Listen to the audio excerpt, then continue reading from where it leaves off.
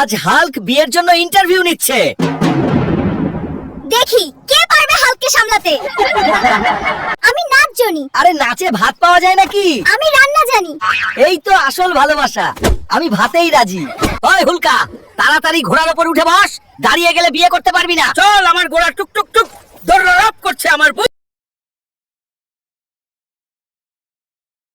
দুলা ভাই, এই দেখেন কেমন বড় বড় মিষ্টি।